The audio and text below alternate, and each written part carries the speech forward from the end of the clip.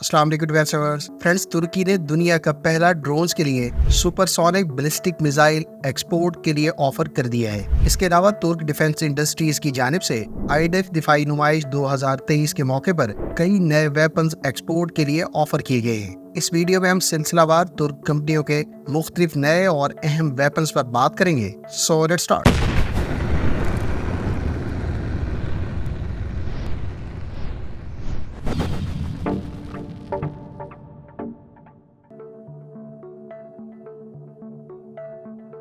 ترکی میں IDF یعنی international defence industry fair کا 16واں ایڈیشن 25 سے 28 جولائی تک ترکی کے شہر استنبول میں منعقد ہو رہا ہے۔ اس شو کے پہلے روز کئی ترک کمپنیوں کی جانب سے نئے ویپنز متعارف کروائے گئے ہیں۔ سب سے پہلے اگر ہم اولاق انمینڈ سرفیس ویسل کے نئے ویریئنٹ کی بات کریں تو ترک کمپنیوں میٹکسان اور ایرس شپ یارڈ کی تیار کردہ اولاق انمینڈ سرفیس ویسل کے پہلے ہی مختلف ویریئنٹس متعارف کروائے جا چکے ہیں۔ اب ان کمپنیوں نے مل کر اولاق سیریز کی کیماکازی انمینڈ سرفیس ویسل بھی متعارف کروا دی ہے۔ اس سرفیس ویسل کو اولاق کاما کا نام دیا گیا ہے۔ فرینڈز، کاما غالباً ترک زبان میں خنجر کو کہتے ہیں۔ اس انمینڈ کیماکازی سرفیس ویسل کو نہ صرف ہائی ایکسپلوسیو وار ہیڈ کے ذریعے دشمن کی اہم سمندری انسٹالیشنز کو نشانہ بنایا جا سکتا ہے، بلکہ اس سے انٹیلیجنس، سرویلنس اور ریکانیسنس جیسے کام بھی لیے جا سکتے ہیں۔ اس ویسل کی لمبائی 6.3 میٹرز ہے اور اس کی آپریشنل سپیڈ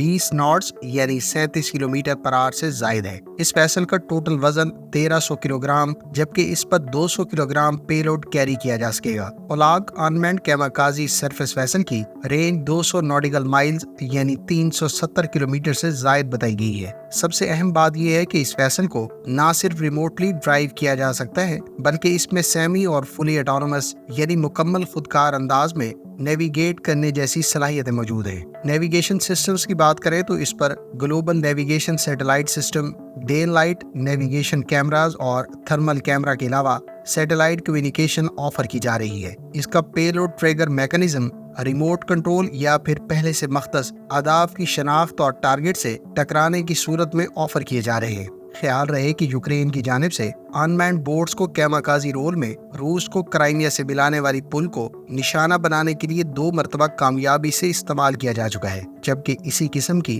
انمینڈ کیماکازی بورڈز یا سرفیس ویسل کا روایتی جنگ میں استعمال خاصی اہمیت اختیار کر چکا ہے۔ لہٰذا اولاق کاما انمینڈ کیماکازی ڈرون بورڈ کا ہیوج ایکسپورٹ پوٹینشل موجود ہے۔ اس کو نہ صرف ترک نیوی بلکہ دیگر نیول فورسز کی طرف سے بھی فیوچر میں کنسیڈر کیا جا سکتا ہے۔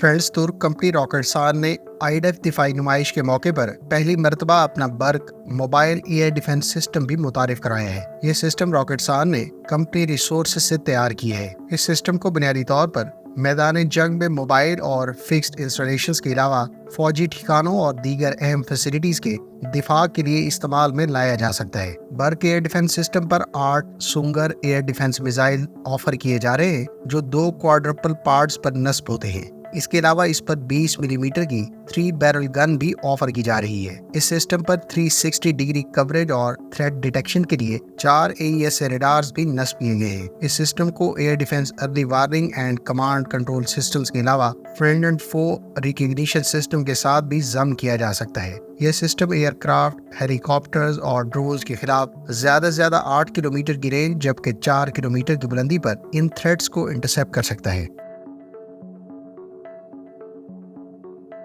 ترک کمپنی راکٹسان نے ایک اور ویپن جو پہلی مرتبہ ایکسپورٹ کے لیے آفر کیا ہے وہ ہے ڈرونز کے لیے دنیا کا پہلا supersonic air launch ballistic missile. یہ میزائل جس کو UAV 230 کا نام دیا گیا ہے، اس کو دشمن کے اسٹیشنری لینڈ اور سی ٹارگٹس کو نشانہ بنانے کے لیے استعمال کیا جا سکتا ہے۔ یہ میزائل دشمن کے air defence radars, communication systems, light armour land vehicles اور ویسلز کے علاوہ کمانڈ سینٹرز کو نشانہ بنانے کے لیے کارآمد ہے۔ اس میزائل کی رینج 150 کلومیٹر سے زائد ہے جبکہ اس کو ترک ساختہ اکنجی ڈرون، اکسونگر ڈرون اور دیگر انمینڈ کامبیٹ ایریل سسٹمز کے علاوہ قزل علمہ انمینڈ کامبیٹ ایئر کرافٹ کے ساتھ بھی انٹیگریٹ کیا جا سکے گا۔ اس سسٹم کا لینڈ پلیٹ فارمز کے لیے ویریئنٹ انمینڈ گراؤنڈ وہیکلز اور آرمڈ گراؤنڈ وہیکلز کے ساتھ بھی